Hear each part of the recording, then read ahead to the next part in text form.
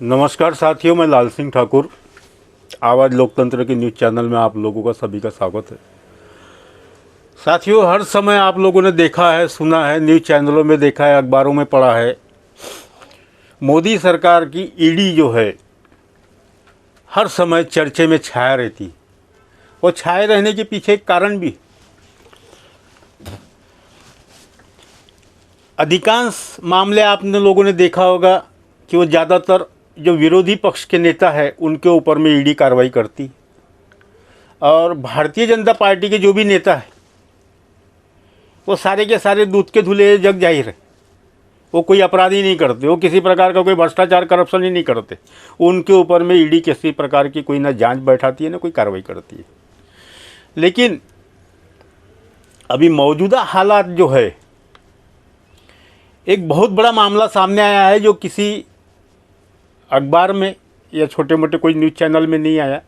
Indian express करके जो है उन्होंने उसको विस्तार पूर्वक लिखा और छापा है। और उसके साथ साथ में न्यूज़ लॉन्चर करके जो है न्यूज़ चैनल, उस पर अशोक वानखड़े और आशीष चित्रांशी, इन्होंने भी उस खबर को विस्तार पूर्वक प्रकाशित किया और आम जनता के सामने लाया। वो मामला ऐसा है, अतुल बंसल करके एक रियल इस्टेट के एजेंट थे जिन्होंने 2004 में एक फार्म हाउस बनाया था और उस 2012 में उसको उन्होंने बैंकों में गिरवी रख दिया। उनको कुछ पैसों की आवश्यकता पड़ी होगी, वो फार्म हाउस को गिरवी रखा और कुछ जो उनके पास में प्रॉपर्टी रही होगी उसको भी उन्होंने गिरवी रखा। और वो पैसा लेकर के जिस चीज़ के लिए भी उनको पैसे की ज़रूरत रही होगी उन्होंने अपना वो काम किया। लेकिन बैंक में गिरवी रखने के बाद में बैंक का जो भुगतान समय अनुसार होना चाहिए था वो नहीं हो पाया। उस वजह से बैंक ने 2017 में वो प्रॉपर्टी जो है उसको अपने कब्जे में ले लिया और वो बैंक के ताबे में प्रॉपर्टी थी। और इसकी सारी भनक, इसकी सारी जानकारी जब ईडी को लगी कि ये आदमी के ऊपर में इतना इतना कर्जा है, फलाना है, धमाका है, और जो कुछ भी उनको जानकारी लगी होगी उसके ऊपर में एक जांच कमेटी बैठी ईडी की। और ईडी ने भी मज़े का गेम क्या किया, इनका खुद का कार्यालय दिल्ली में स्थित है। इनका कार्यालय रहते हुए इन्होंने उस फार्म हाउस पे जा कर के कब्जा कर लिया, जो कि ये कब्जा अनधिकृत रूप से किया गया है।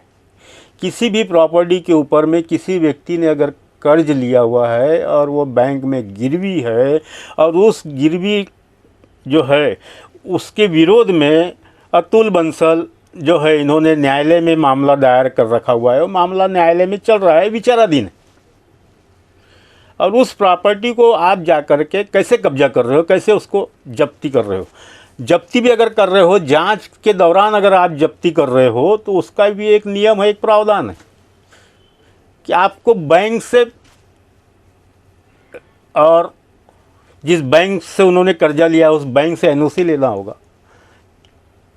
कि अतुल बंसल के विरुद्ध में हमारे यहाँ जांच चल रही है, इनकी कहाँ कहाँ प्रॉपर्टी है, क्या क्या चीज़ें हैं, उसे हमें जब्त करना है। आपके यहाँ भले गिरवी है लेकिन हम इसको खाली जब्त करेंगे, यानी सील करेंगे। आपके यहाँ गिरवी है ठीक है, लेकिन हमको सील करना है, जब्ती करना है। उसके साथ साथ में जो वो मामला न्यायालय में है और विचाराधीन है, चल रहा है, तो आपको न्यायालय से भी परमिशन लेनी होगी। ये सारी चीज़ें की पूर्तता न करते हुए ईडी के जो बड़े बड़े अधिकारी हैं उन्होंने जा कर के उस फार्म हाउस के ऊपर में सीधा सा कब्जा कर लिया। अब कब्जा करने के बाद में दिल्ली इनके हेड ऑफिस में जो भी कुछ जब्ती की गाड़ियां रही हो, बड़ी 4 व्हीलर गाड़ियां जो होती है, 1-1 करोड़ की, 2-2 करोड़ की, ऐसी जो गाड़ियां थी, वो गाड़ियों को ला करके उन्होंने फार्म हाउस में रख दिया। आप देखोगे गाड़ियों की लाइन तो 2500 गाड़ियां लाइन से खड़ी दिख रही है,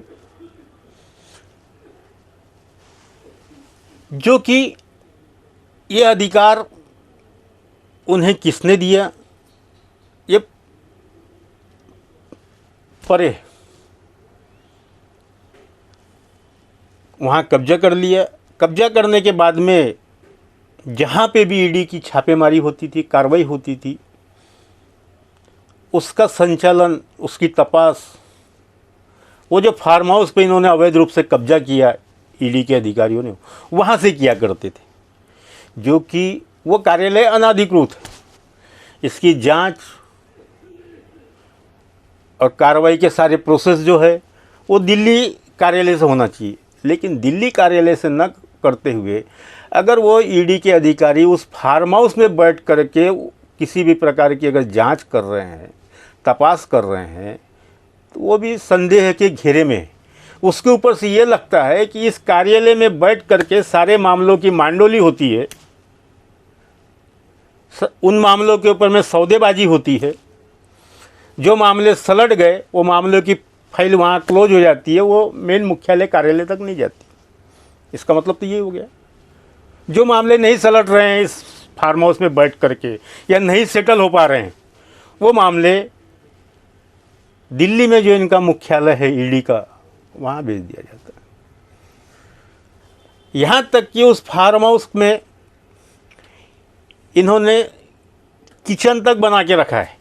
यानी वहाँ ये स्थिति है कि इनको अगर दिन रात भी अगर वहाँ रहना है तो वो सुचारू रूप से वहाँ रह सकते हैं, खाना बना सकते हैं, खा सकते हैं। फार्म हाउस है तो तकिया गद्दा पलंग तो वहाँ रहना ही है, बेड तो रहना ही है, यानी आराम से ये आराम भी फरमा सकते हैं। उसके साथ साथ में वहाँ कुत्ते बिल्लियाँ भी पाले हुए हैं। यानी एक प्रकार से ऐसो आराम की ज़िंदगी जीते हुए कार्रवाइयों को वो अंजाम दे रहे हैं और लीपापोती कर रहे हैं। और ये लीपापोती किस तरीके से कर रहे हैं, ये गोदी मीडिया तो भली भांति जानती है, उसको तो किसी चीज़ से कोई लेना देना नहीं है, उसका काम चलता है, भाड़ में जाए जनता, उसको उस सारे मामलों से कोई मतलब नहीं है, क्योंकि उनकी भी खाना पूर्ति हो रही है, उनका पेट भर रहा है। अब बाकी की जो मीडिया है वहाँ तक नहीं पहुँच पाई। अब ये धीरे से मामला बाहर आ चुका है, अब इसकी जांच पड़ताल काफ़ी शुरू हो चुकी है, लोग कर रहे हैं, सवाल जवाब भी होंगे, उनसे ही पूछे जाएंगे सवाल जवाब। लेकिन ये सारी चीज़ें भारतीय जनता पार्टी के नॉलेज में, उनके ध्यान में रहते हुए भी उन्होंने किसी प्रकार से ना तो इन्हें कोई फटकार लगाई है, ना इसे बंद करने लगाया। और मुख्य मज़े की बात यह है कि वहाँ पे जो 2500 लग्जरी गाड़ियाँ खड़ी हैं जिनकी कीमत करोड़ रुपए के ऊपर, वो गाड़ियाँ धूल खाते हुए पड़ी हैं, जो कि ये नियम है, कानून है, कायदा है।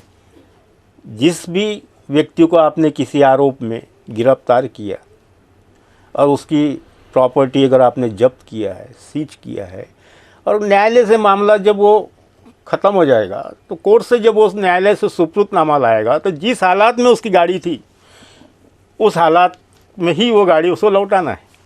आप उसे भंगार करके तो गाड़ी दे नहीं सकते, उसी हालात में उसको लौटाना है। वहाँ पे रख रखा ऐसे जैसे ले जा करके खुले मैदान में छोड़ दी जाती है, रख दी जाती है, वैसे गाड़ियाँ रख दी गई। लेकिन जो फार्म हाउस भी है, वो फार्म हाउस भी जब जब्ती में है और सील है, तो उस फार्म हाउस में आपने पनाह कैसे ली? वो कानूनी प्रक्रिया जो होनी चाहिए थी वो आपने क्यों नहीं किया? इसका मतलब आपने गुंडागर्दी की है, दादागिरी की है।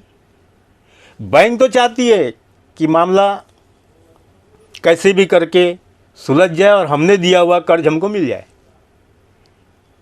वो न्यायालय से चाहती है इसका ऑक्शन हो जाए, हमारा जो 120 करोड़ का कर्जा है उस फार्म हाउस के ऊपर में, या 100 करोड़ का है या 50 करोड़ का है, जो भी है, मौजूदा हालत में आज उस प्रॉपर्टी की कीमत 120 करोड़ रुपए, जो भी उस प्रॉपर्टी की पे कर्जा है उसको ऑक्शन किया जाए।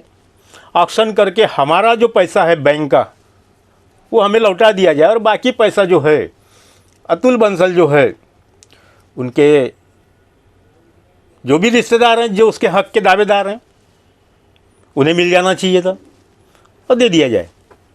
लेकिन ईडी के अधिकारी यह भी नहीं चाहते कि इस प्रॉपर्टी का ऑक्शन हो और इसका वहीवाट हो जाए। और सबसे बड़ी बात तो यह है, ये सारे मामले को देख करके ऐसा लगता है कि ये मामला कभी ज़िंदगी में नहीं सुलझने वाला, क्योंकि अतुल बंसल की ऑलरेडी कुछ समय पहले, कुछ सालों पहले उनकी मौत हो चुकी। यानी ये जानबूझ के प्री प्लान इस प्रॉपर्टी के ऊपर में ईडी अधिकारियों ने कब्जा किया। ये सिद्ध होता है कि इस तरीके से इस प्रॉपर्टी को हम हड़प लेंगे। सत्ता में जो बैठी सरकार है, वो सारे नेता हमारे हैं, हम उनको किसी न किसी तरीके से सलटा लेंगे। बैंक का जो कर्जा है, जिसके ऊपर में वो व्यक्ति मर गया, तो वो मामले को भी हम रफा दफा कर सकते हैं। यानी पूर्णतः घुमा फिरा करके ये नज़र आता है कि इस प्रॉपर्टी के ऊपर में ईडी अधिकारियों ने और उनके उच्च लेवल के जो इसके संचालक है, उन्होंने पूर्व प्लानिंग कर इस पर कब्जा किया हुआ, इस पर डाका डाला हुआ है। और सरकार ने इमीडिएट इसके ऊपर में जांच एजेंसी अलग से बैठाना चाहिए, या तो न्यायालयीन चौकसी बैठाना चाहिए, और जो भी इसके गुनाहगार है उनके ऊपर में कार्रवाई करना चाहिए।